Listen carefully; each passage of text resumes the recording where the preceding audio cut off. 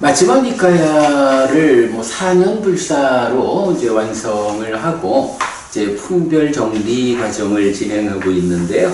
15개 품 가운데 이제 어느새 11번째 품 진행하고 있습니다.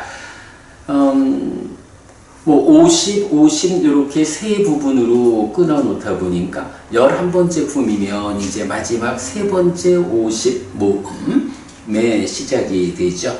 자, 그래서 이제 대와다하 왔고 대와다하 품의 경들 보도록 하겠습니다. 지난 화요일 수업에서 뭐 90분 수업을 통해 가지고 참 경 2개밖에 그 정리를 못했는데 사실 뭐랄까요, 이제 우리가 공부를 하면 할수록 그 이전에 보이지 않던 내용들이, 그래 며칠 전에 보부님이 참 수박 겉핥기에서 이제 수박 맛을 조금씩 보는 것 같다 라는 말씀을 해주셔서 제가 많이 기뻤는데 그런 것 같아요.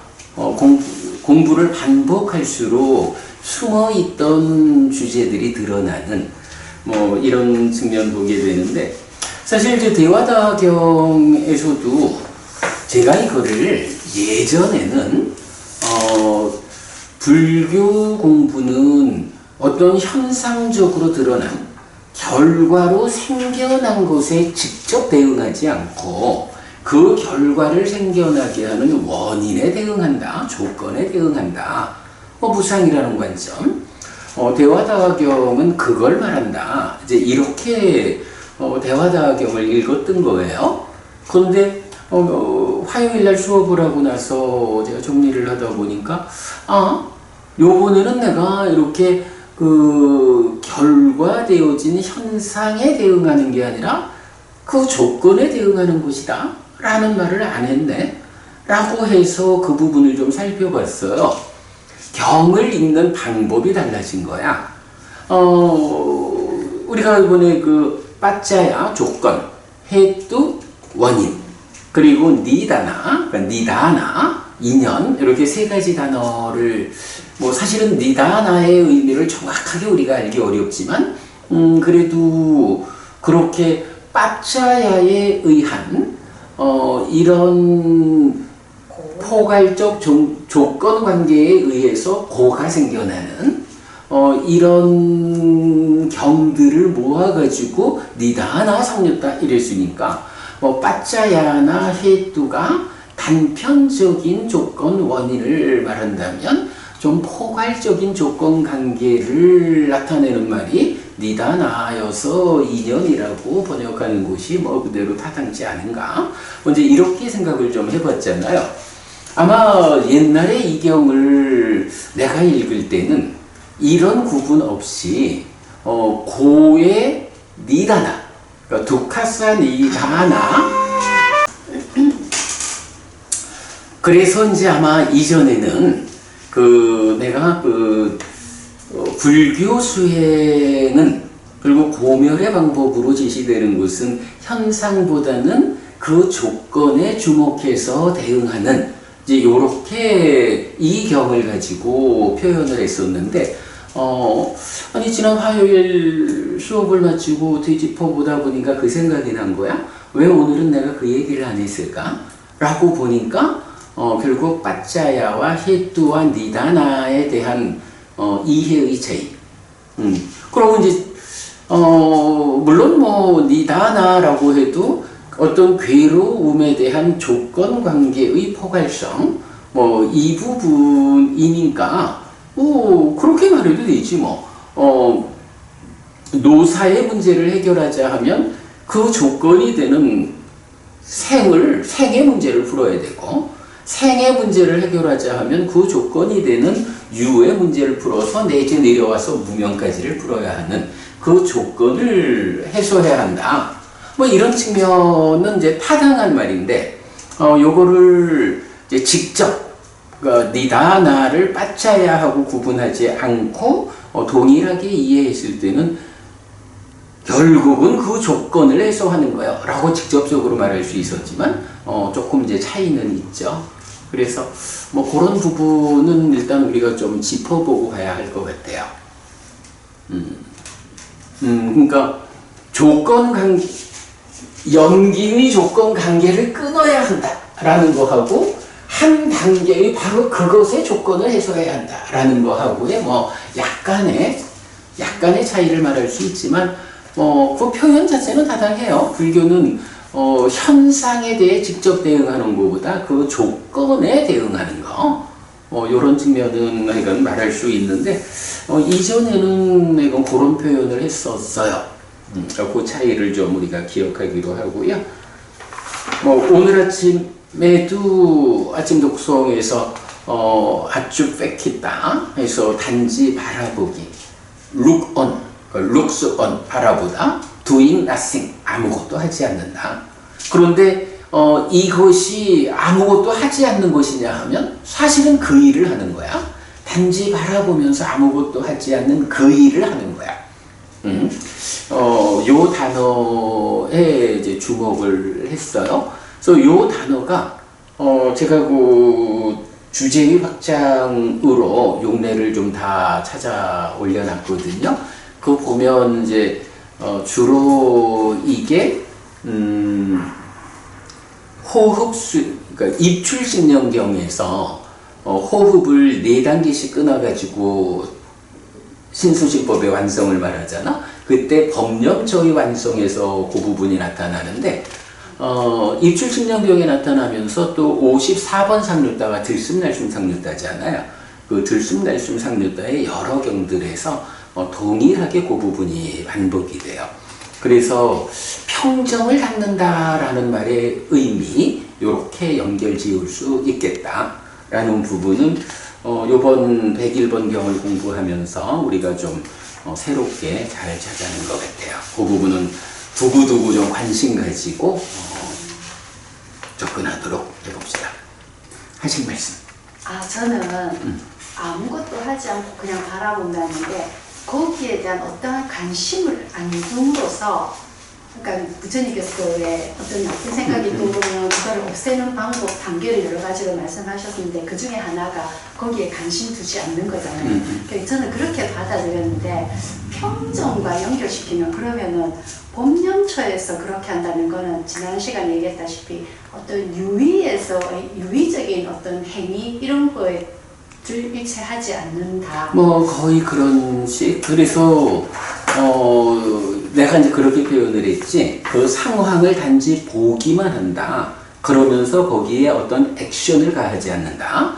그래서 그때 예를 든 게 법념, 그러니까 사성 대념처경의 법념처에서 5가지 장애가 됐든 이런 이제 그 부정적인 요소들에 대해서 어떻게 법념처를 하느냐. 보잖아. 있으면 있다고 알고 없으면 없다고 알고 없다고 하는 상태에서 없던 것이 생겨났으면 생겨났다고 알고 여기서 어떻게 생겨났을까? 라고 접근하지 않고 단지 그 현상을 바라보니까 없어. 그런데 지금은 똑같이 바라보는데 있어. 없다, 있다. 요렇게. 그 상태를 단지 보기만 해. 그러면은 바로 그렇게 단지 보기만 하는 그 법념처 수행의 힘으로 생겨난 5가지 장애가 버려져서 없다라고 알고 없으면 이 없는 상태가 그대로 지속되면 다시 생겨나지 않게 되었다라고 알고 단지 알기만 하지 거기에 어떤 액션을 가하지 않는 요렇게 내가 설명을 했죠. 법념처와 연결해서. 아무튼 이 주제를 지금 오래 끌면 우리 얘기했듯이 오늘도 2개밖에 못할 수가 있어. 일단 넘어가기로 하고 아무튼 요 아쭈페키타라는 아쭈페카띠 요 단어를 발견한 것은 의미가 있어요.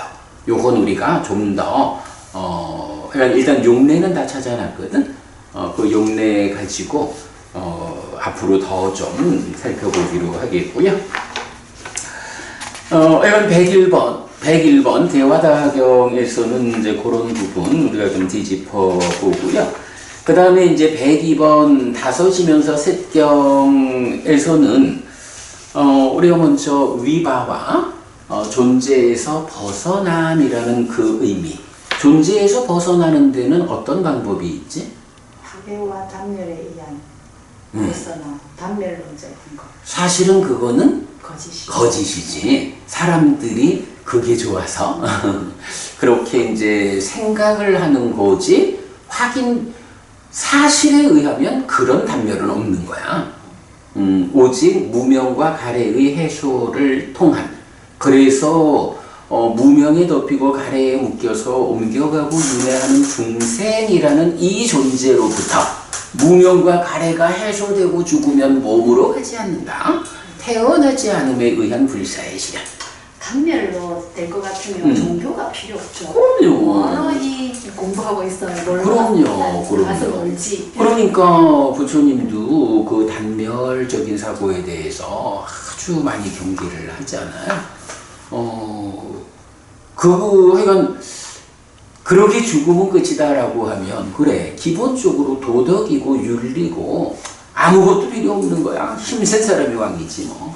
뭐 그렇게 되는. 그래서 약간 102번에서는 그 위바와에 대해서 지난 수업에서 살펴봤고요. 그래도 이제 102번에서는 우리가 한 가지 좀 보고 가야 하는 것은 이렇게 그 세 가지 견해를 놓고 다섯으로 쪼개보는 그런 거잖아. 네. 그럴 때에 이제 거기서 무색계에 대한 이야기가 이제 시작이 되는 거예요. 그래서 보면 아의 존재를 선언한다. 그러니까 세 가지 존재, 미래에 대해서 아의 존재를 단멸에서는 지금 여기에 열반의 선언 이래 나오는데 그 아의 존재에 대한 이야기를 할 때 보면 이제 거기서 무색계 사처에 대한 언급을 해요. 그래서 이제 무색계라는 개념이 나오는데 우리 요즘 하는 수업에 똑같은 질문을 지금 한번 해봅시다. 11번 품, 대화다하품에서 가장 비중이 있는 경우는 뭘까? 대화다하품에서요? 자, 우리가 9번째 품에서는 보디왕자경을 들었고, 네. 10번째 품에서는, 뭐를 들었지? 네, 들었었잖아. 네. 저는 여기서는 제가 제일 이제 재밌게 봤던 게 스나타타경이었고. 그래. 네. 내가 보면, 네. 사실은 이 11번째 품도, 네. 이 진짜 좀 우리가 깊이 있게 접근을 해보면 152개가 다 중요해. 정말 다 중요해. 근데 여기서 특별하게 하나 좀 보이는 게 있어. 우리 옛날에 그런 질문 좀 했었죠. 부처님이 처음 출가해가지고 알라라깔라마 우따까라마 붓다 두 분 스승한테서 무소유처와 비상비비상처를 성취했다고. 근데 그 두 스승이 불교적인 방법으로 그 경지를 성취했을까? 모른단 말이야. 뭐 아무래도 좀 아니겠지. 근데 뭐 우리가 뭐 지금 부처님 공부하면 되지 뭐 남의 집 살림까지 할 이유 없으니까. 그래서 경에서 그 두 스승이 어떤 테크닉에 의해서 무소유처를 비상비비상처를 성취했는지 알려주지 않는다고. 그래서 남의 집 살림 관심 갖지 말고 넘어가자 이래 했잖아. 그러면 불교 안에서는 무색계라고 하는 이 높은 경지를 어떻게 성취한다고 할까?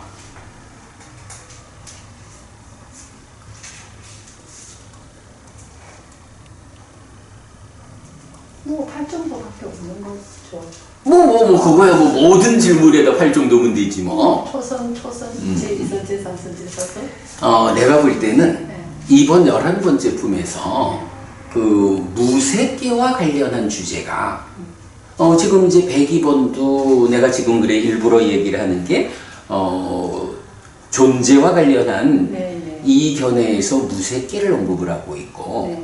그런가 하면 좀 전에 수나카타경 얘기했죠. 수나카타경에서도 정적인 것, 무소유처 비상비비상조 이래가지고 무소유처를 말하고 있다고. 네네. 106번으로 가면 그 정적인 것을 흔들리지 않는 경지라고 내가 왜 번역을 다르게 했는지 모르겠어. 같은 단어인데 106번에서는 거기서는 구체적으로 어떻게 정적인 경지, 흔들리지 않는 경지에 도달하느냐. 심지어는 몸이 무너져 죽은 뒤에는 식이 거기로 간다라고. 그래서 법부님이 늘 말하는 식이준회한다는 증거가 여기도 있습니다. 이러는 거잖아. 네네. 거기에서 사실은 뭐 우리가 잘 이해하기 어렵지만 그래도 내용상으로는 그 무색계에 태어나는 방법, 무색계를 성취하는 방법, 이걸 알려준다고. 11번째 품, 대화다품에서 일단은 눈에 띄는 게 그 무색계와 관련한 설명이 최소한 3개의 경에서 어떤 의미를 가지고 나타난다. 라는 거. 특히 이제 수나카타경과 105, 106번 이 2개의 경은 아주 중요하게 무색계를 주제로 하고 있다라는 거고요. 그런가 하면 그거 말고도 또 이제 다들 자연 다 중요해. 다 중요한데 우리 뭐 104번 사마가마경 같으면은 그 얘기는 뭐 제가 워낙 많이 하는 거죠. 계와 생활에서의 갈등은 작은 것이다. 길과 실천에서의 갈등은 있어서는 안 된다. 큰 거다. 이 얘기가 104번 사마가마경이죠. 그러니까 얼마나 중요해? 그 다음에 이제 105, 106 지나면 107, 108이 가나까 못갈라나경, 곱박까 못갈라나경 이렇다고. 가나까 못갈라나경도 우리가 또 많이 인용하는 경이야. 그거 보면 열에는 길을 가리킬 뿐.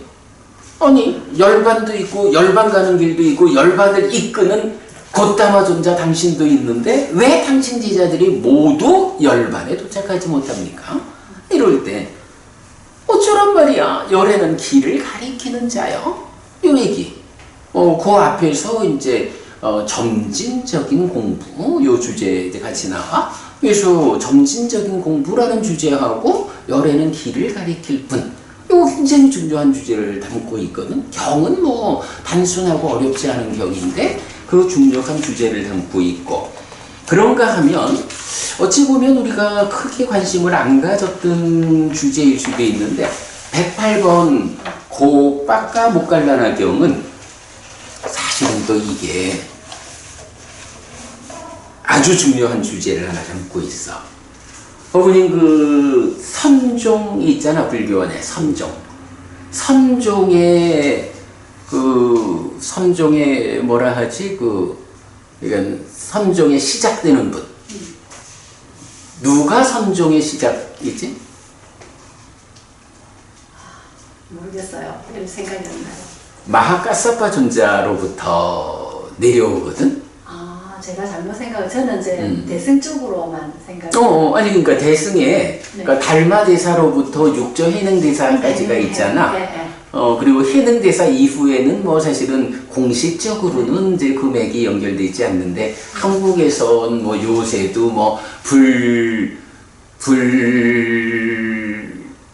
뭐라 하더라? 뭐 해서 78대 선 뭐 이런 식으로 금액을 이어오고 있다라고 하는데 뭐 이렇게 검증된 이야기는 아니고 뭐 검증의 문제는 아니래도 일단 달마대사로부터 육조 해능대사까지는 뭐 그건 분명한 역사로 이제 보고 있잖아.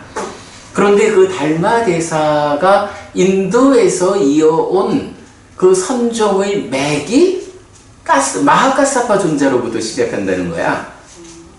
내가 알기로는 교종의 역사도 그런 걸로 알아. 그러니까 마하카사파 존자가 선교 양종의 그 초조인 걸로 이래 아는데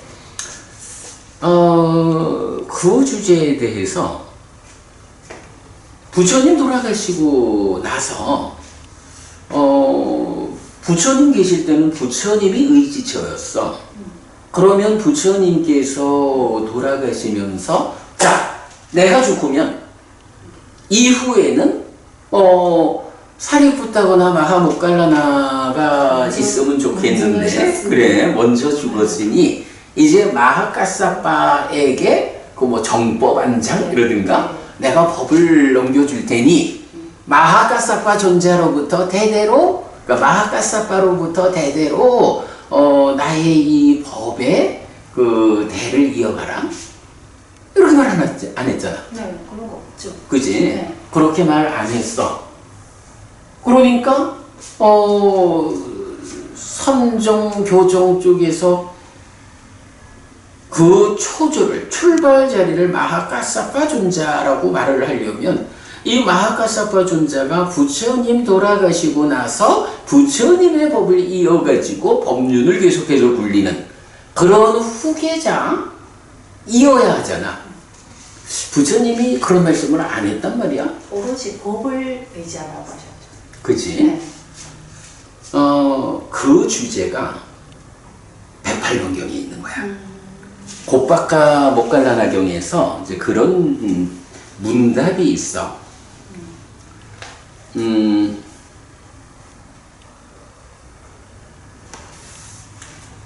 하여간 부처님 사후의 의지처는 사람이 아니고 법이다. 요게 이제 구체적 문장으로는 어떻게 나오냐 하면 부처님의 의지처가 될 것이라고 정해준 사람도 없고 상가가 동의해서 정해진 사람도 없고 의지에서 머무는 사람은 아무도 없다. 그렇다면 의지처가 없이 어떻게 상가가 유지되느냐라고 할 때 아니 우리가 의지처인 사람이 없다라고 말하지 의지처가 없다라고 말하는 건 아니야. 의지처는 부처님이 설한 법이 우리의 의지처야. 우리는 법을 의지처로 해서 상가가 유지되어 가는 거지 어떤 사람을 부처님 계신 동안에만 부처님이라는 법의 주인인 그분을 의지처로 했지 부처님 돌아가신 이후에는 아무도 부처님을 대신하지 않아. 다만 법이 그래서 이제 그 부분이 이렇게 나와. 참으로 존자가 우리를 조치하지 않고 법이 우리를 조치합니다.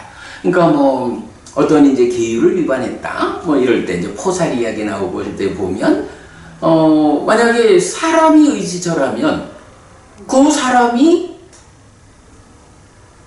내가 권한을 가진 사람이야 해가지고 뭐 벌을 준다거나 이렇게 존자가 조치할 건데 그렇지 않은 거야. 오직 법에 의해서 법이 우리를 조치합니다.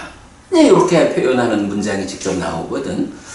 그래서 108번 경도 사실은 굉장히 중요한 거. 부처님을 직접 사람이 이어가지고 전승되느냐? 아니다. 아무도 사람에 의해서 이어지는 게 아니고 오직 법 자체에 의해서 이루어지는 것이다 라는 요거를 분명히 아주 정확하게 설명하고 있거든. 네. 그러니까 이것도 사실은 작은 주제가 아닌 거야. 네. 그죠? 그러면 자 우리 그 첫 번째 경에서 대화다하 경에서 어떤 방법 어떤 노력이 결실이 있는가? 니간타의 방법 니간타의 노력은 결실이 없어. 그러면 이제 부처님의 가르침은 어떤 방법, 어떤 노력이어서 결실이 있는가? 사실은 뭐 크게 말하면 탈정도야. 탈정도가 바로 그 길이거든. 그런데 이제 대화다 경에서는 행들에 대해서 대응하는 행들의 무상에 대해서 그리고 아쭈백카티 바라보면서 아무것도 하지 않는 이런 방법으로 평정을 닦는 뭐 이렇게 이제 두 가지를 제시하고 있죠. 뭐 이제 이런 주제도 크고 뭐 무색계라고 하는 또는 계와 생활의 갈등은 작다, 길과 실천의 갈등은 크다. 뭐 이런 주제들. 그리고 이어서 뭐 점진적인 공부에 열애는 길을 가리키는 사람이다. 거기에 부처님을 이어서 의지처가 되는 사람으로의 존재는 없다. 단지 법이 그 일을 할 뿐이다. 뭐 이런 주제들. 뒤에 가면은 이제 보름달 큰경 작은경 해서 또 오온 이야기도 나오고 그러는데, 그러니까 전체적으로 보면 우리가 이제 두 번째 50에서 보았던 장자와 비구와 유행승과 왕과 바람은 이런 어떤 주인공들을 공통의 주제로 했던 요런 전개하고는 전혀 다르게 이제 11번째 품에서는 뭐 어떤 공통적인 거는 좀 찾기가 어려운데 생각 밖으로 이 안에서 알려주는 주제가 아주 중요한 주제를 많이 담고 있다라는 것을 볼 수 있겠어요. 자, 이렇게 이제 우리 전체적인 이야기를 좀 했고, 그러면 이제 102번까지는 화요일 날 했으니까 이제 103번으로 가보겠습니다.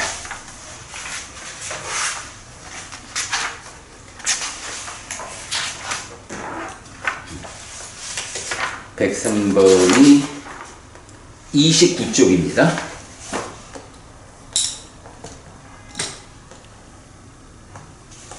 자, 103번은 낀띠 숙당, 이래서 무엇이라고 경이래 됐어요. 낀띠, how then, what then, 그래서 무엇이라고? 그거 아니요? 그러면 뭐요? 요런, 그거 아니면 뭔데? 요런 내용을 이제 제목으로 하는 경이에요. 부처님은 왜 법을 설했을까? 라고 할 때, 부처님이 먹고 살기가 힘들어가지고 의식주를 해결하려고 법을 설했을까? 그거 아닌 거야. 그리고 또, 가르침의 측면에서 부처님이 이 세상과 저 세상, 이 세상에서 부자로 살고 저 세상에서 하늘에 태어나서 행복하게 살고, 그걸 위해서 법을 설했을까? 아니야, 그치? 열반을 위해서, 열반을 실현하기 위한 법인데, 그 과정으로는 이 세상에서도 행복하고, 저 세상은 하늘에 태어나서 더 행복해야지. 그러나, 궁극적으로 도달해야 되는 자리는 세상에서 벗어나서 불사의 실현, 열반을 실현하는, 이제 그런 법을 설하는 건데, 그러기 때문에 부처님 보고, 의식주 또는 이 세상과 저 세상을 원인으로 법을 설합니까? 라고 물으면 부처님이 아니라 라고 말한다고. 그렇지 않습니다 라고 말하는데, 그러면 이제 그렇다면 뭐 때문에 무엇 때문에 법을 설합니까? 라고 말할 때 이제 답은 요거는 아난다 존자가 주인공일걸? 이제 아난다 존자한테 이제 그렇게 물으면 아난다 존자의 대답이, 연민하고 이익을 바라는 세존은 연민으로 법을 설합니다.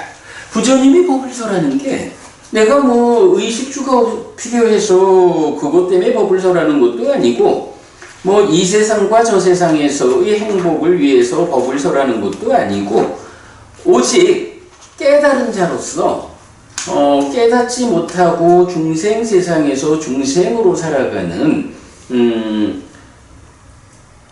이런 세상 사람들을 위해서 법을 설한다. 이거 부처님이 직접 설하는 경이네. 그러니까 부처님이 이제 직접 경을 설하시는데 보면 의식 주거나 이 세상 저 세상을 원인으로 법을 설한다라고 생각하지 않는다. 그러면 이제 그대들은 나에 대해 무엇이라고 생각하는가? 라고 할 때 이제 비구들이, 그렇습니다 부처님, 우리 스승께서는 의식주와 이 세상 저 세상 때문에 법을 설하는 게 아니라 연민하고 이익을 바라는 세존께서는 연민으로 법을 설하신다. 요렇게 이제 대답을 하는 거예요. 그러니까 이거 아니라면 무엇이라고 생각하느냐? 네, 이런 세상에 대한 중생을 위한 연민. 요거 우리 이 책에 제일 앞에 제가 담아놓은 글이 있죠. 아소꼬 소끼닝 빠장 아웨카띠, 슬픔을 떠난 사람은 슬픈 사람을 살핀다. 왜 부처님이 법을 설하실까? 슬픔을 떠난 사람은 살아있는 한 슬픈 사람을 살피는 것이 그의 속성이요. 그런 속성을 갖지 못하면 벽집을 이래 불리면서 그야말로 다 자기의 문제만 해결하고 가버리는 거고, 부처라고 불리우는 이런 깨달은 분들은 세상에 슬픈 사람들을 살펴서 그들의 슬픔을 해소하는 그런 일을 하는 거예요. 그게 부처라고 하는 깨달은 자의 속성이야. 이런 얘기죠. 그래서 이렇게 제자들이 부처님한테 그렇게 말을 하니까 이제 부처님, 참으로 비구들이여, 그대들은 나에 대해 연민하고 이익을 바라는 세존께서는 연민으로 법을 설하신다 라고 생각한다 라고 말씀하시면서 이제 여기서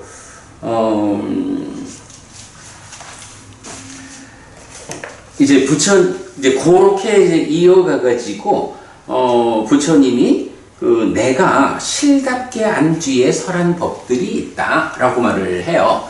그러면 실답게 안 뒤에 설한 법, 이것이 무엇냐 라고 하면 이제 7가지 보리분법, 사념처, 사정근, 사여의조, 오근, 오력, 칠각지, 팔정법, 이렇게 나오죠. 그럴 때에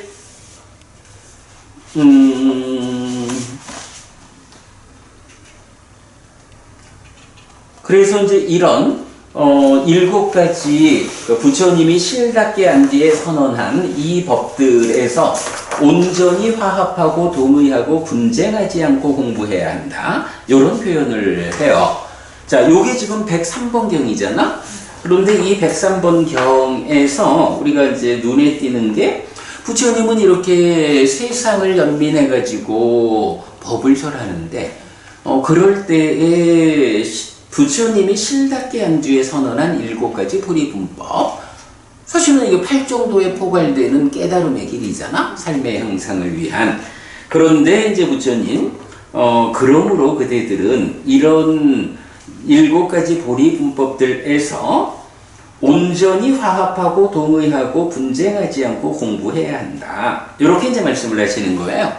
이제 그러면서 이제 경의 후반은, 자, 이렇게 그대들이 온전히 화합하고 동의하고 분쟁하지 않고 공부해야 하는데, 그럼에도 불구하고 그대들에게 아비담마가 뭐지?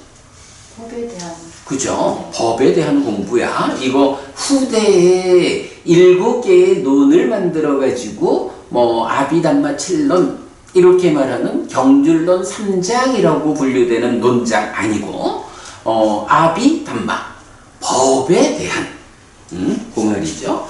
그래서 이제 그대들이 법에 대한 공부를 할 때, 자, 분명히 부처님이 이런 7가지 보리분법에서 온전히 화합하고 동의하고 분쟁하지 않고 공부해라 했고, 제자들은 그렇게 실천하느라고 하는데, 그래도 하다 보면 그 가운데에 법과 관련해서 서로 다른 주장을 하는 비구들이 있을 것이다. 그래서 이제 두 사람의 비구가 서로 법에 대한 다른 이야기를 하는 거야. 그럴 때 이제 그 두 사람, 자, 다르다라고 하는 게 어떤 경우가 있어? 의미도 다르고 표현도 다른 경우도 있고, 의미는 같고 표현은 다른 것도 있고, 둘 다 다른 것도 있고, 이제 이런 식으로 있을 거 아니야. 그러면 이제 대중들이 이렇게 서로 다른 주장을 하는, 말하자면 분쟁하고 갈등하는 이런 비구들에게 어떻게 조치할 거냐, 이제 이런 내용이 경에서 이제 뒷부분에 이제 이어지거든요. 자, 그래서 이제 그 내용이 쭉 나오면서 맨 뒤에 8쪽으로 가볼게요.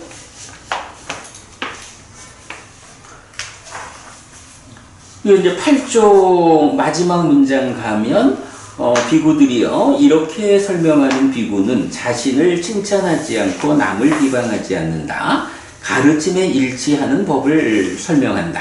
법답게 질책하는 말을 하는 사람은 누구라도 비난받지 않는다. 이래가지고 기본적으로 부처님이 의식주와 세상과 관련 세상을 위해서 법을 설하지 않아. 세상 사람들을 연민하기 위해서 그야말로 슬픈 사람은 슬픔을 떠난 사람은 슬픈 사람을 살핀다 하는 이런 관점에서 법을 설하는데 그랬을 때 부처님이 실답게 알아서 설한 7가지 보리분법이 있는데 그런데도 불구하고 그 안에서 서로 분쟁하고 갈등하는 2명의 비구가 있다면 그 2 비구를 어떻게 잘 조치할 것인가 라는 주제가 이어지고 그랬을 때 이제 이건 마지막 가면 자신을 칭찬하지 않고 남을 비방하지 않는다. 가르침에 일치하는 법을 설명한다.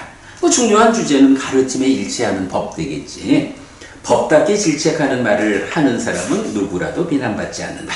이제 이렇게 정리가 되는 거예요. 어쨌든 이제 103번 경은 낌띠라고 해서 요 표현 이게 아니라면 무엇 때문이라고 생각하니? 그래 부처님이 법을 설하는 이유는 의식주와 세상에서의 문제를 위해서가 아니고 중생들을 연민해서 법을 설하는 거야. 요게 핵심이야. 그리고 나면 그걸 위해서 7가지 보리분법이 설해졌는데 그 안에서 분쟁, 갈등이 있다면 어떻게 되는가? 이렇게 하는 거죠. 자, 그렇게 해서 이제 103번 경을 넘어가면 이제 104번 경으로 가면 이제 사마가마경이에요. 사마가마경은 우리가 이건 수도 없이 살펴보는 거지만 니간다 나타붓다가 죽었죠. 그러면 니간다 나타붓다가 죽었을 때 그의 제자들이 서로 갈등하는 이제 이 장면을 말하는데 사실은 니카야에 보면 니간타 나타붓다의 사후에 그의 제자들의 문제 상황으로부터 시작하는 경이 3개가 있잖아. 근데 그들이 갈등하는 기본 이유가 뭐야? 니간타 나타붓다가 정등각이 아니야. 정등각이 아닌 자가 설한 법 위에 있기 때문에 그가 있는 동안은 그래도 그의 어떤 위력으로 함께 했다면 그가 죽고 나니까 흩어져 버리는 이제 요런 모습. 그래서 고와 관련해서 사실은 3개의 의경. 디가니카야 33번 합송경도 그런 상황 때문에 사리푸타 존자가 교리 요약집처럼 합송경을 만드는 거잖아. 그리고 29번인가?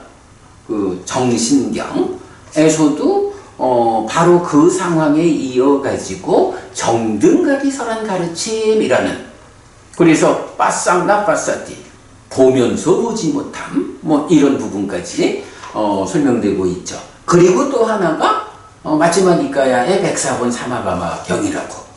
그러면 이제 사마가마 경에서는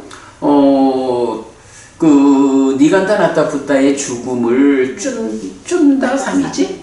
쭌다사미가 이제 와서 아난다 존자한테 전하고 그러면 아난다 존자가 함께 부처님한테 가서 보고합시다. 해서 가가지고는 부처님한테 이런 일이 있습니다. 니간다 나타푸타가 죽었는데요. 그의 제자들이 이러하고요. 이게요. 우리도 스승께서 계신 동안에야 별 문제 없겠지만 스승께서 돌아가시고 난 뒤에 우리도 저들처럼 분쟁하고 갈등을 겪게 된다면 참 좀 걱정입니다. 라고 할 때 이제 부처님이 개와 생활에서의 갈등은 오히려 작다. 그러나 길과 실천, 탈정도와 팔정도의 실천, 고멸도승제 이거죠? 이런 길과 실천에서의 갈등이 있으면 안 된다. 이 길과 실천에서의 갈등은 참으로 큰 거다. 이런 의미의 말씀을 하시잖아요. 자, 그러면서 이제 104번에서는 크게 그거야. 니간타나타푸타의 죽음 이후에 계와 생활의 갈등은 오히려 작다. 길과 실존에서는 갈등이 있어서는 안 되다. 하고는 이어가지고 아난다 존자가 와가지고 그 분쟁, 갈등에 대한 걱정을 하니까 그 분쟁이라는 것에 대해서 상세히 설명하는 것이 104번 사마가마경의 주제죠. 그래서 보면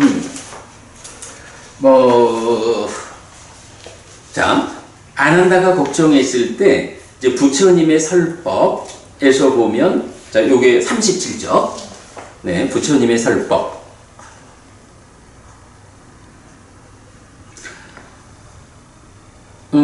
아난다의 걱정부터 보죠. 세존께서 돌아가신 뒤에 상가에 갈등이 생기지 않아야 한다. 그 갈등은 많은 사람의 이익을 위한 것이 아니고, 많은 사람의 행복을 위한 것이 아니고, 많은 사람을 위한 것이 아니고, 신과 인간들의 이익을 위한 것이 아니고, 괴로움을 위한 것이다. 이렇게 걱정할 때 부처님이 두 가지로 설법을 해요.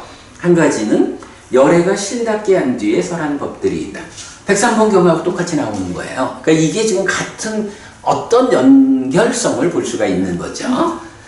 그래서 그 7가지 보리분법을 말하면서 생활이나 계목에 대한 갈등은 오히려 작고 길과 실천에 대한 갈등은 크다라는 것을 아난다요. 생활에 관계되거나 계목에 관계된 갈등은 사소한 것이다. 아난다요. 그러나 상가에 도나 실천에 관한 갈등이 일어난다면 그 갈등은 많은 사람의 이익을 위한 것이 아니고, 많은 사람의 행복을 위한 것이 아니고, 많은 사람을 위한 것이 아니고, 신과 인간의 이익을 위한 것이 아니고, 괴로움을 위한 것이다. 요게 아난다가 걱정해가지고 하는 말 그대로죠. 그러니까 아난다야, 그대는 상가의 기와 생활에서의 갈등이 생기면 이러할까라고 걱정을 하니까 부처님은 그거는 오히려 작다. 그보다는 상가에서 도나 실천에 대한 갈등이 일어난다면 그게 그대가 걱정하는 그런 현상들이다. 이렇게 말씀하시는 거죠. 그래서 열애가 실답게 한 뒤에 설한 법들로의 길과 실천에서는 갈등이 없어야 된다 하는 주제를 말하고요. 이어서 부처님의 설법 2 해가지고 갈등에 대한 가르침이야. 갈등이라는 게 어떤 것이 있느냐, 어떻게 대응해야 하느냐 라고 해서 6가지 갈등의 뿌리가 있다. 그리고 4가지 사건이 있다. 7가지 사건의 그침이 있고, 또 6가지 기억해야 하는 법들의 실천으로 갈등이 생기지 않게 해야 한다. 이렇게 말하는데 그 내용은 생략하고 넘어갈게요. 또 관련한 이야기들을 이제 충분히 적어놨으니까 이제 보면 되겠고요. 자, 105번으로 넘어갑니다. 105번 수나카타경인데요.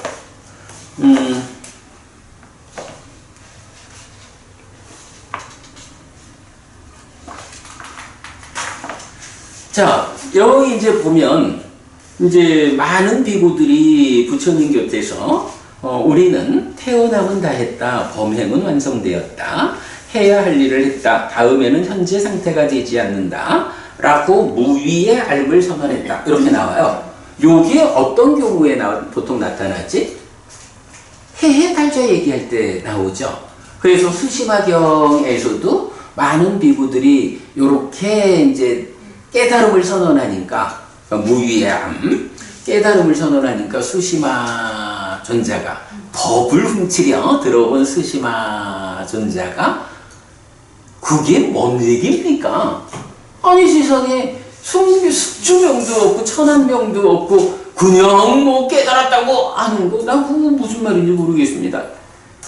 그대가 알든 모르든 우리는 해해탈자요. 이렇게 얘기를 하잖아. 그러니까 이제 부처님한테 가서 이제 법을 듣고 알고 이제 법을 훔치려는 거를 포기하고 참여하고 이제 그래야 되잖아. 그런가 하면 또 외카나사경 80번이었죠. 마침 하니까 80번이었지. 80번 외카나사경에서도 외카나사 바라문이 부처님한테 좀 대드는 거 아니야. 아니 부처님 그 당신 제자들 중에 보면 그 뭐 과거의 끝도 미래의 끝도 모르면서 깨달음을 선언하는 이런 사람들 이게 좀 곤란한 거 아닙니까? 근데 기존 전통적 해석이 당신의 지적은 타당하다 이렇게 이제 나와서 곤란하지. 근데 그 내용을 잘 보면 당신이 말하는 것과 같이 말하던 당신과 같은 종교를 가진 사람이 있었어. 수심하여. 이래 해가지고 해해탈자가 누군지 모르는. 그러니까 사실은 뭐 불교가 특별한 거지. 인도 땅에서 그 깨달음을 지향하는 사람들이 많았을 텐데 이런 해해탈자라고 해서 직접 번뇌를 부수고 깨달아 오직 윤회에서 벗어나는 거로 직접 간다. 이런 개념이 상상되지 않던 시절이었지 뭐. 사실은 뭐 지금까지도 해해탈자의 개념을 이해하지 못하는 사람들이 많잖아. 그랬을 때 이제 부처님이 그런 그 해해탈자의 개념을 이제 다시 설명하고 그러잖아요. 여기서 이건 지금 그 많은 비구가 부처님 곁에서 이렇게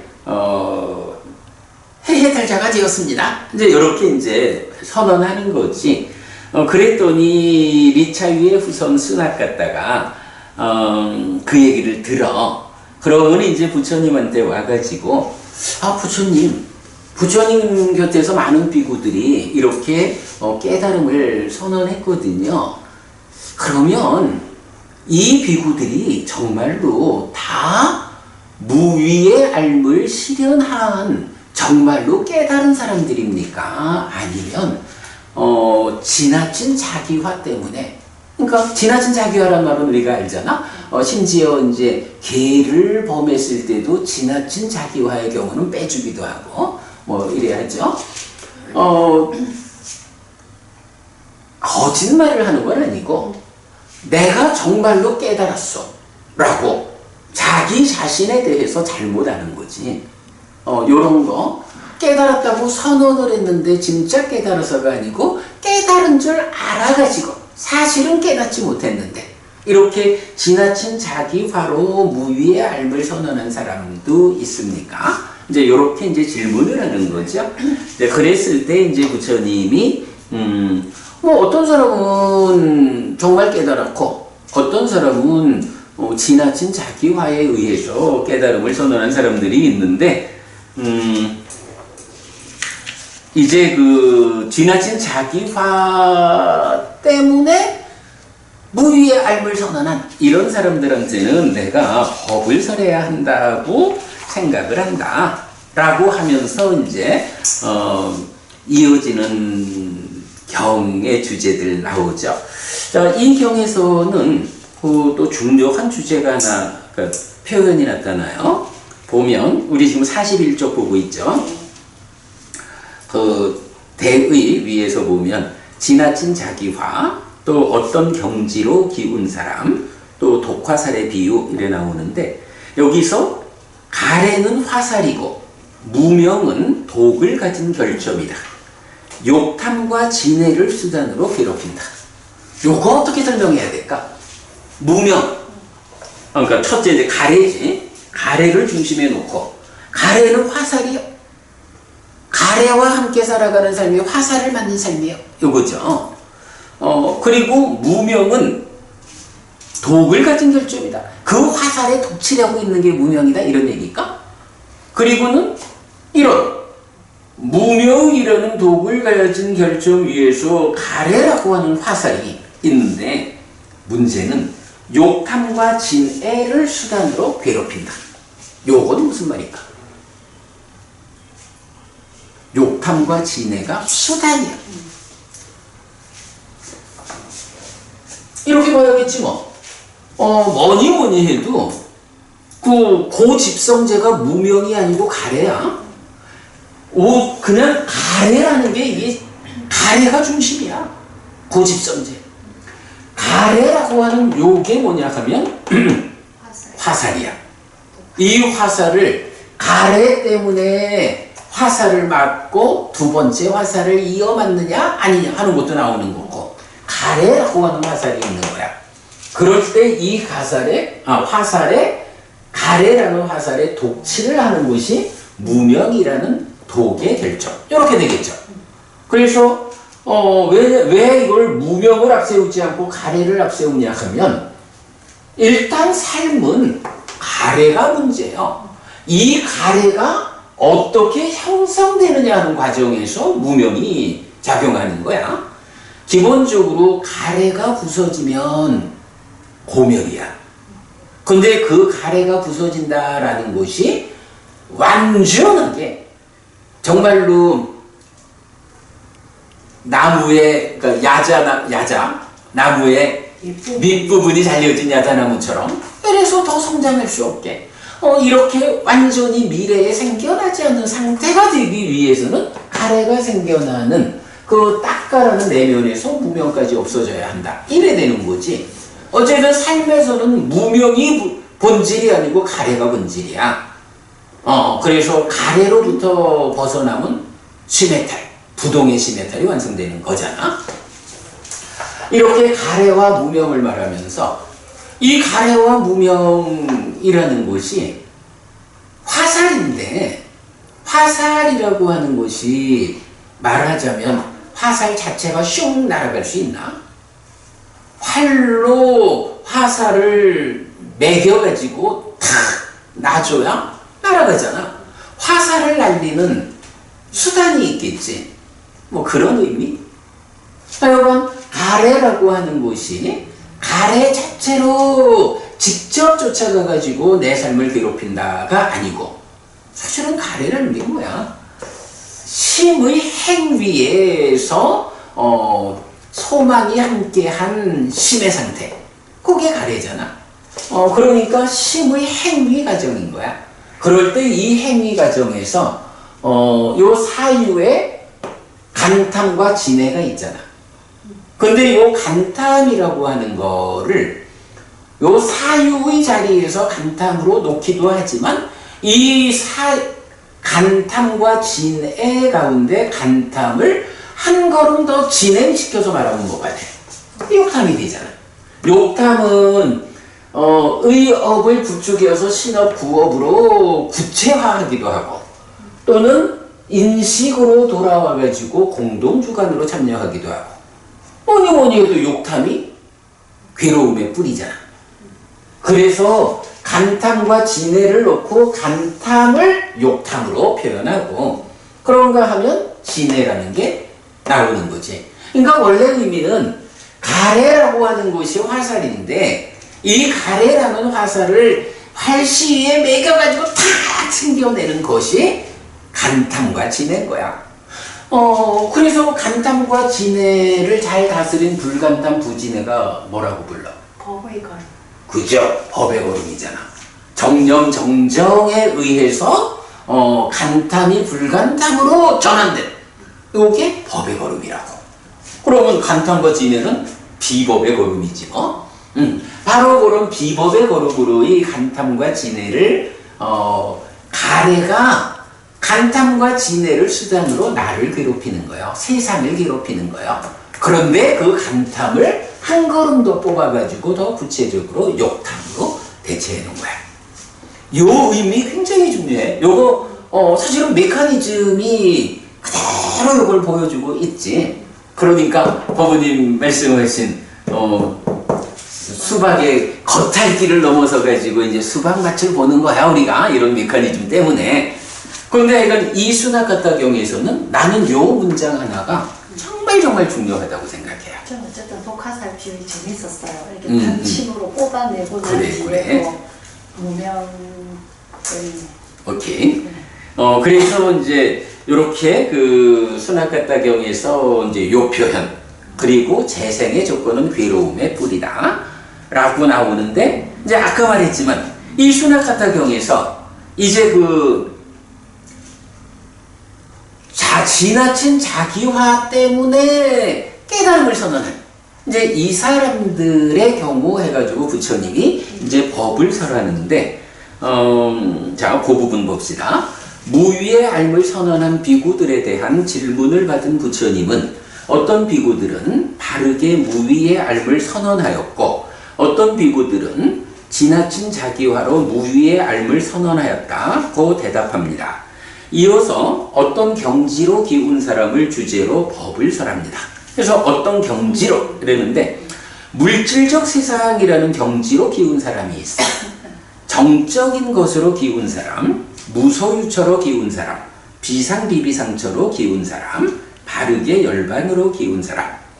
또한 사실과 다르게 생각하는 자기화된 자와 바르게 열반으로 기운 자의 경우에 맞춰 독화살의 비유를 설하는데 바르게 해탈한 비구가 재생의 조건 때문에 몸을 붙잡을 것이라거나 심을 일으킬 것이라는 경우는 없다고 결론을 말합니다. 그래서 이제 주제의 확장, 흔들리지 않는 경지, 독화살의 비유 전가했고요. 그러면서 이제 또 내용에 보면 육척처에서 단속한 자, 재생의 조건은 괴로움의 뿌리다, 우빠디라고 이렇게 알아서 재생의 조건이 없는 자, 재생의 조건을 구수었기 때문에 해탈한 자인 그 비구가 재생의 조건 때문에 몸을 붙잡을 것이라거나 심을 일으킬 것이라는 경우는 없다. 이렇게 나오는데, 자, 그럼 이제 여기서 어떤 경지로 기운 사람 이래 나오잖아. 물질적 세상으로 기운 사람. 요건 어떤 사람일까? 높게 중생, 새끼도 포함되겠네. 사실은 네. 물질적 세상이라고만 말하면 그 자체는 색계가 되지. 그런데 그 물질적 세상, 색성향 미처 요 물질적 세상이 또 하나 어떤 관점을 가지고 있냐 하면 소유의 사유에 묶인 거라고. 요 물질이라는 5가지가 소유의 사유에 묶여 있는 거기 때문에 그 소유의 사유에 묶여서 내 거라고 하는 소유가 작용하면 이제 욕계가 되는 거지. 그래서 물질적 세상으로 기울었다라고 하면 크게 보면 욕계, 색계 이래 말할 수도 있고, 그러나 이제 경의 입장에서는 물질적 세상 자체로 이런 의미는 이제 소유는 배제된 색계 이렇게 보는 게 맞겠죠. 자, 그런가 하면 이제 정적인 것으로 기운 사람, 정적인 것 하면은 이제 보통은 이제 제4선, 그러니까 정적인 거로 해서 나오는, 그러니까 흔들리지 않는 경지. 그러니까 좁게 보면 공무변처, 식무변처를 말하고, 조금 확장되면 제4선 공무변처, 식무변처 나오고, 또 아주 크게 말하면 제4선부터 비상비비상처까지 이제 이런 식으로 이제 언급이 되죠. 그런데 이제 여기서는 정적으로 기운 사람 다음에 무소유처로 기운 사람이 나오니까 여기서는 공무변처, 식무변처 이렇게 보면 되죠. 그런가 하면 또 무소유처, 비상비비상처로 기울었고 그 다음에 이제 바르게 열반으로 기울었다 이렇게 나오죠. 자, 이제 이 경에서 보면 또 좀 재밌는 주제 하나가 있어요. 자, 경에서는 이제 이 부분을 어떻게 묘사하고 있냐 하면, 여기 수납 같아요. 요건 경이야. 물질적 세상으로 기운 어떤 사람이 있을 것이라는 경우가 있다. 수납 같아요. 물질적 세상으로 기운 사람에게 그것에 어울리는 이야기를 하면 그것을 따르는 법을 계속해서 떠오르게 하고 계속해서 접근하게 한다. 이 사람을 교제하고 그로 인해서 행복해 한다. 정적인 것에 연결된 이야기를 하는 것에 대해서는 듣지 않고 귀를 기울이지 않고 알고자 하는 심을 일으키지 않고 그 사람을 교제하지 않고 그로 인해 행복해 하지 않는다. 해서 이제 한 단계씩 올라가잖아. 요거 보면 좀 어떤 경? 삼점 사서법의 동사. 뭐 그렇기도 하지만 또 좀 유사한 이야기를 하는 경이 하나 있지 않나? 우리 독성집에 포함되어 있는 나쁜 이야기경이 있잖아. 믿음과 계와 배움과 보시와 지혜라는 이 5가지를 놓고 믿음이 없고 계를 중시하지 않고 배우지 않고 베풀지 않고 지혜가 없는 사람은 사람들이 뭐 얘기를 하는데 아이고 믿음 이야기를 하면 아이고 싫어. 왜? 나한테 믿음이 없는데 믿음 이야기를 하면 싫어. 믿음 이야기는 그 사람한테 나쁜 이야기야. 이렇게 말하잖아. 근데 이렇게 5가지 법을 갖춘 사람은 사람들이 모여서 믿음 이야기를 하고 지혜 이야기를 하면 그거 아주 좋은 이야기잖아. 여기서 보면 전개가 그러하죠. 이제 그런 면에서 요 수나타타 경이 나쁜 이야기 경하고도 좀 연결해서 볼 수 있다라는 것을 보겠고요. 자, 그래서 이렇게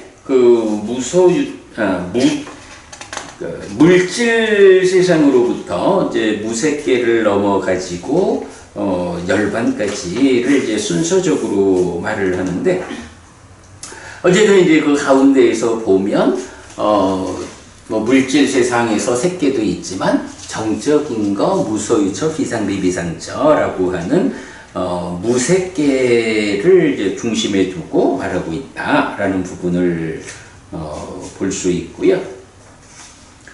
자, 44쪽 제일 아래가 보면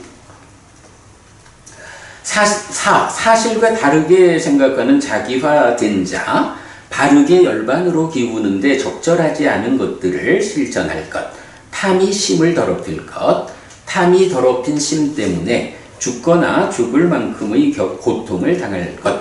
근데 이 자리에서 어떤 비구에게 이런 생각이 들 것이라는 경우가 있다. 사문에 의해서 애는 화살이고 무명은 독을 가진 결점이다. 욕탐과 진해를 수단으로 괴롭힌다 라고 말해줬다. 나에게 그 애의 화살은 버려졌고 무명의 독의 결점은 제거되었다. 나는 바르게 열반으로 기운다 라고. 이렇게 사실과 다르게 생각하는 자기화된 자가 있을 것이다. 그는 바르게 열반으로 기우는데 적절하지 않은 것들을 실천할 것이다. 자기화된 경우. 자, 그러면서 이제 여기서 좀 전에 보부님 얘기했죠. 독화살에 비유해서 적절하지 않은 행위와 제거된 독의 결점에 남아있는 뿌리의 오염. 요거죠. 가래의 뿌리에 있는 무명이 아직까지 오염이 해소되지 않았다. 이 2가지 때문에 상처 부위는 도지게 될 것이다. 그러면 도진 상처 부위 때문에 죽거나 죽을 만큼의 고통을 당할 것이다.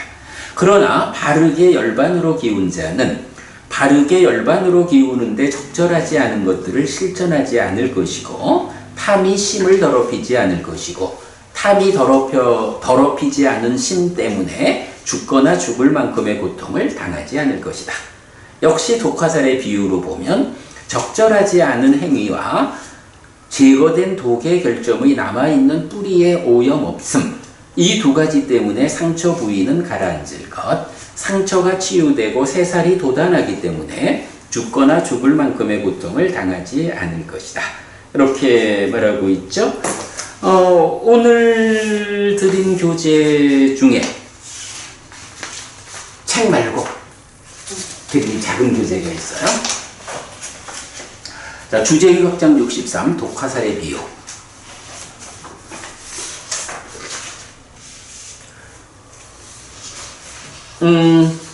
독화살의 비유가 사실 세계의 경에서 이름은 똑같이 독화살이야. 그러니까 예를 들면 어떤 사람이 독이 진하게 칠해진 화살을 맞았다 라는 같은 상황으로 시작을 하는데 설해지는 내용은 다 달라.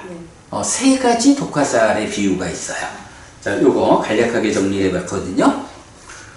세계의 경전은 이 비유를 통해 가르침을 설명하는데, 그러니까 예를 들면 어떤 사람이 독이 진하게 칠해진 화살을 맞았다. 이 비유를 통해 가르침을 설명하는데 마지막 니까야 63 말루케아 작은 경과 마지막 니까야 101번 대화다하경 그리고 105번 수나카타 경입니다. 자, 말루케아 작은 경은 14무기에 대해 설명하지 않는 부처님에게 반발하는 말루케아 뿌따에게 독화살의 비유를 설합니다. 이 10가지 견해, 그러니까 14무기의 견해가 있을 때 범행을 실천하는 삶은 불가능하고 생노사 수비고운해가 있는데 부처님은 이것들을 지금 여기에서 파괴할 것을 가르친다고 합니다. 중생으로의 삶에서 급한 것은 생노사 수비고운해의 문제를 해결하는 것입니다. 이것이 독화살이고 독화살을 뽑고 치료하는 일이 무엇보다 급한 일입니다. 사실은 일반적으로 독화살의 비유하면 요게 알려져 있죠. 그런데 14무기의 10가지 견해는 이익으로 이끌지 않고 범행의 근본이 아니고 염호로 이탐으로 소멸로 가라앉음으로 실다운 지혜로 깨달음으로 열반으로 이끌지 않습니다. 그래서 부처님은 설명하지 않습니다. 그러면 이익으로 이끌고 범행의 근본이고 염호로 이탐으로 소멸로 가라앉음으로 실다운 지혜로 깨달음으로 열반으로 이끄는 것은 무엇입니까? 사성제입니다. 그래서 부처님은 사성제를 설명하고 이것이 독화살을 뽑아내고 치료하는 방법입니다.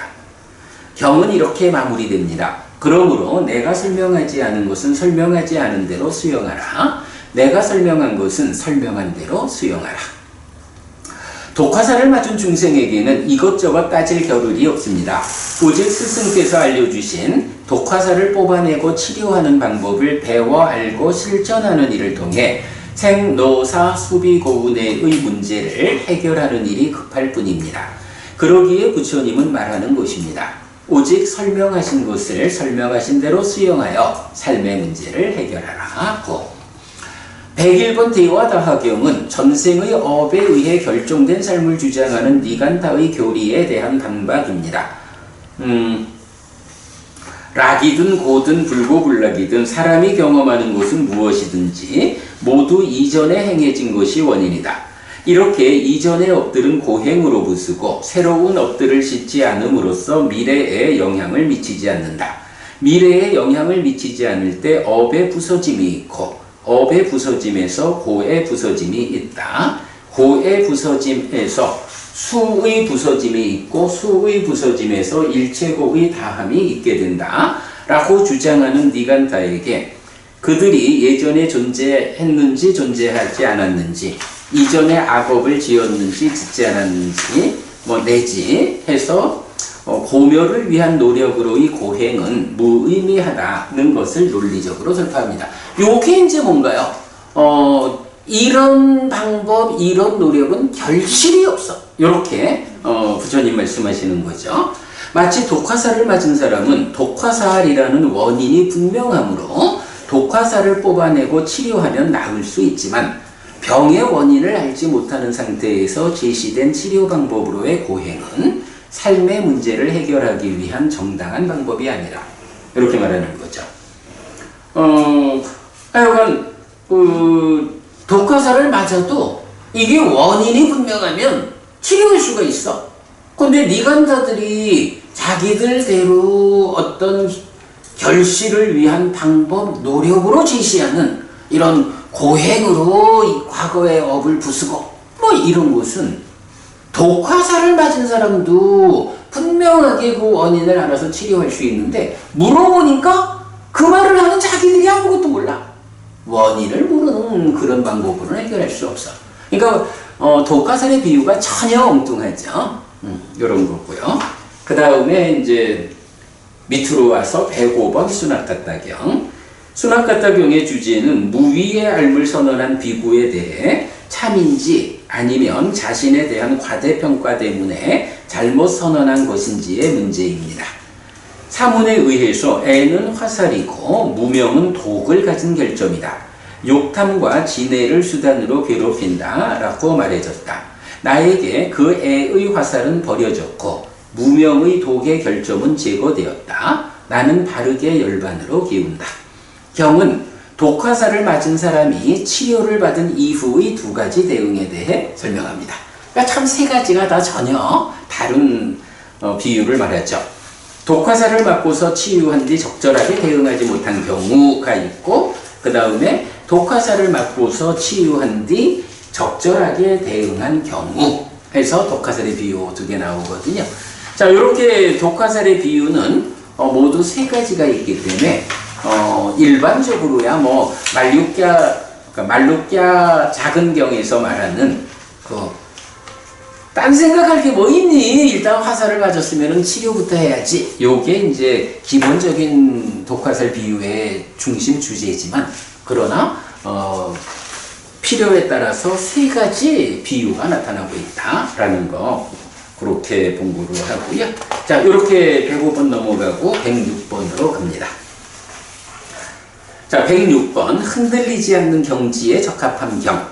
요거 105번에서는 정적인 경지라고 한 것과 같은 말인데, 아니 나도 오늘 보니까 왜 똑같은 원어를 다르게 내가 번역을 했을까 싶은데, 그래서 이제 제가 요 보면 무색계를 주제로 함하고 정적인 건 옆에 괄호해가지고 흔들리지 않는 경지라고 보충을 해놨어요. 자, 그래서 이 경도 무색계를 주제로 한다 해서 정적인 것과 무소유초 비상비비상적. 그런데 앞에 103번 102번 경에서도 무색계가 나왔었죠. 그 존재와 관련한 관점에서. 그리고 좀 바로 앞에 105번에서도 이제 무색계와 관련해서 이렇게 나왔는데, 이제 106번 흔들리지 않는 경지에 적합한 경에서는 아예 무색계에 태어나는 방법이 뭐냐, 이걸 알려준다고. 그래서 시작하면서 말했지만 알라라 갈라마나 웃다 까라마 붙다가 어떤 테크닉으로 올라갔는지 몰라도 불교 안에서 부처님은 어떻게 초선을 제2선, 제3선, 제4선을 어떻게 공무변초, 비상비비상초까지 무색계의 경지를 올라가느냐. 심지어는 상수뇌를 성취할 때는 뭐라 그래? 사마타 위파사나에 큰 도움을 얻는다. 이렇게 해서 우리가 사실 살펴보면 진짜 빈틈이 없는 거야. 물론 이제 아니 요 정도 언급을 가지고 어떻게 그걸 하려고 이런 말 할 수도 있지만, 그거는 공부가 부족하고 수행을 통해서 그 경지를 가면 수행이 진행된 상태에서 그 문을 열기 위해서 필요한 답을 주는 거거든. 그거를 지금 우리가 여기 앉아가지고 그거 갖고 어떻게 알아? 이렇게 말할 일은 아니고. 그래서 경은 이렇게 필요한 주제에 대한 답은 어느 구석에든지 있다. 이건 요 106번 경은 그런 점에서 볼 때 무색계와 관련한 결정적 답을 주고 있다라는 것을 말하고 싶고요. 자, 그래서 이제 보면 이렇게 표현하죠. 무색계에 태어나는 법이란 말을 이러이러하면 시기 공무변초, 그러니까 흔들리지 않는 경지로 간다. 시기 간다. 이렇게 말하죠. 그러면서 자, 그게 이제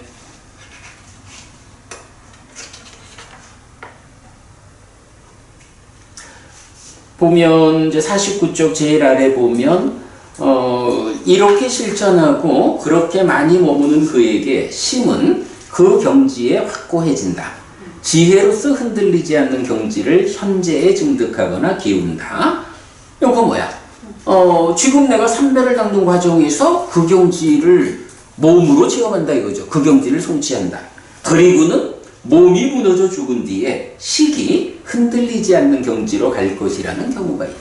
라고 해서 몸이 무너져 죽은 뒤에 그 경지에 확고했을 때, 내 마음이 그 경지에 확고한 상태에서 수행자의 삶에서 몸이 무너져 죽으면 그 경지로 누가 간다고?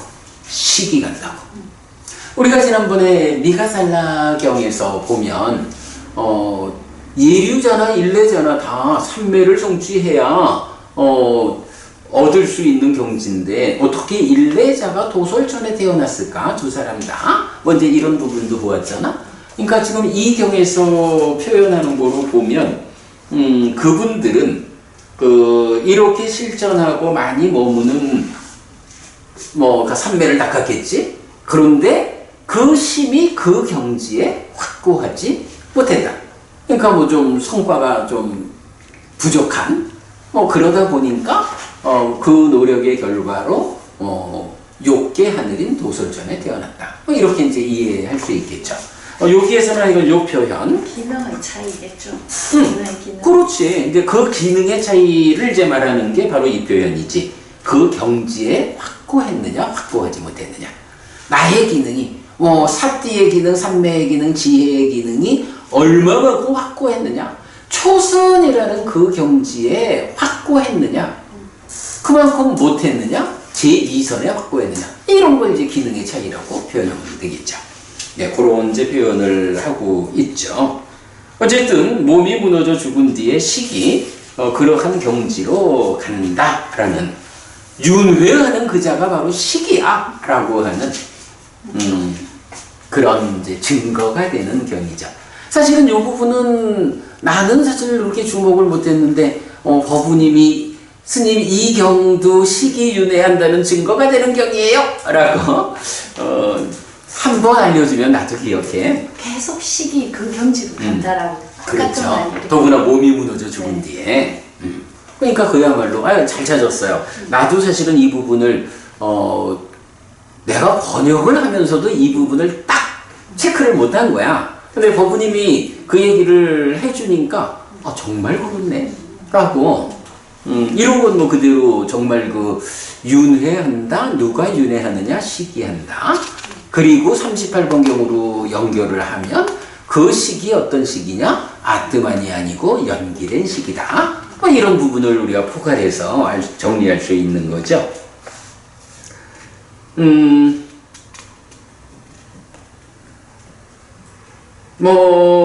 요 경에서는 하여간 이야기가 많이 있습니다만은 하여간 대표적으로는 바로 이렇게 무색계에 태어나는 방법, 시기윤회하는 그자라는 거, 요거 보면 되겠고, 그 다음에 그 밑에 보면 주제의 확장에서 우보라고 하는 단어가 있어요. 우보 또는 이제 우바야 이래 나오는데, 요게 이제 그러니까 양 끝에 접근하지 않고 할 때 우보 안다 이렇게 나온단 말이야. 그 우보라고 하는 말이 대개의 경우는 그러니까 양이라는 의미니까 두 가지지. 그런데 특별하게 경우에 따라서는 네 가지를 지시할 때도 있어. 그래서 양 끝에 접근하지 않고 중도로서 깨달았다 이래 말할 때 이 양 끝이라는 것과 관련해서 중도를 두 가지 끝에 가운데 길 이렇게 보는 것이 다 참 타당하지 않아. 왜냐하면은 그 양 끝이라고 하는 게 네 가지로 나오는 경우도 있어. 그거는 어디가 중간이라 할 거야. 네, 그런 부분하고도 연결이 되죠. 그것도 이제 주제의 확장 정리해놨고요. 자, 그렇게 이제 넘어가면 이제 107번 가나카 모칼라나 경입니다. 자, 아까 대략적인 설명을 했어요. 가나카 모칼라나 경은 두 가지 주제다. 하나는 점진적인 공부, 하나는 열에는 길을 가리킬 뿐. 그래 나오거든요. 요 경우는 좀 특별한 한 가지 봐야 하는 거는, 우리가 이제 아누사산이 이어지는 가르침이라는 용어가 있잖아. 네. 근데 이 용어는 하나의 문장으로 나오느냐 아니면 좀 길게 나오느냐의 차이가 있지만, 아야모 암하강 아누사산이 이것이 그대들을 위한 우리의 교본이다 라는 용례로 나오잖아. 그런데 이 경에서는 그 용례에 포함하지 않고 아누사사니가 단독으로 나오는 그런 경우예요. 그래서 이제 아누사사니 의 특별한 용례다라는 것도 보기로 하고, 자, 어쨌든 이제 이 경에서는 사실은 이제 우리가 그 어떤 좀 부처님에 대한 이야기를 하느라고 그 열에는 길을 가리킬 뿐 여기에 이제 많이 주목을 하지만, 사실은 그보다 더 중요한 거는 점진적인 공부다. 불교 공부는 단박 깨닫는 거 없다. 이 부분이거든요. 자, 그 부분 읽어볼게요. 이 경은 열에는 길을 가리키는 자라는 말로 유명하지만 중심 주제는 점진적인 공부, 행함, 실천입니다. 바라분들에게도 베다 공부를 위한 점진적인 공부, 행함, 실천이 있는데, 이 법과 율에서도 이처럼 점진적인 공부, 행함, 실천을 선언할 수 있느냐는 질문에 대해 부처님은 그렇다고 답하며, 구체적으로 점진적 공부, 행함, 실천의 과정을 설명합니다. 또한 이런 이어지는 가르침을 받은 제자들이 모두 궁극의 완성인 열반을 얻는지 어떤 자들은 얻지 못하는지의 질문에 어떤 자들은 얻지 못한다고 답하는데 열에는 길을 가리키는 자이기 때문입니다. 라고 해서 요게 56쪽으로 가볼게요.